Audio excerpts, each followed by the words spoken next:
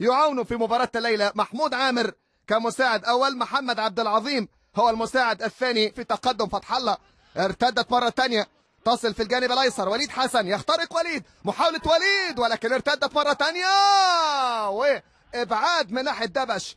تأهب واستعداد وعملية يعني وضعية الحائط، ودي تسديدة لكن أمير يتألق. يا سلام، أسامة يجرب حظه.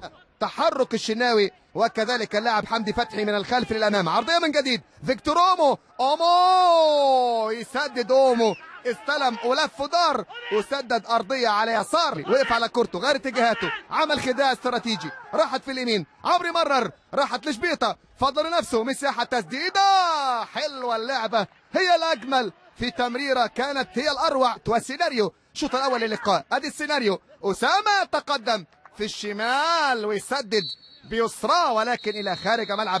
أصبحت ضربة مرمى ومعها تأتي صفارة نهاية هذا الشوط من قبل عمرو رمضان حكم المباراة. هنا عمرو رمضان حكم المباراة اللي بيدير أولى مبارياته هذا الموسم، واللي أدار 5 مباريات الموسم الماضي.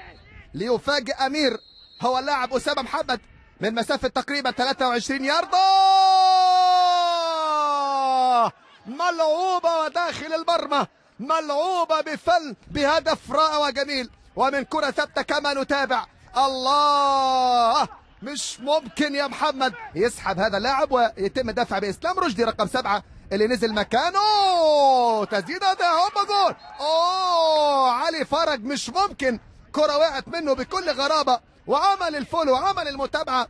زملائي الاعزاء في فريق الاعداد بيفكرونا بعمليه التبديل الثالث والاخير. نزول العجوز، هنا محاوله لتحقيق الفوز. مش ممكن يا في لحظه خروج الحارس يا كريم للانتاج الحربي اللي راح يتوقف رصيده عند 3 نقاط ويتلقى الخساره الثالثه. اماميه كره ملعوبه، ولكن بالفعل مشاهدينا الاعزاء متابعينا الاوفياء ياتي عمرو رمضان حكم اللقاء ويطلق صفاره نهايه الشوط الثاني وفوز بتروجيت بهدف دون مقابل.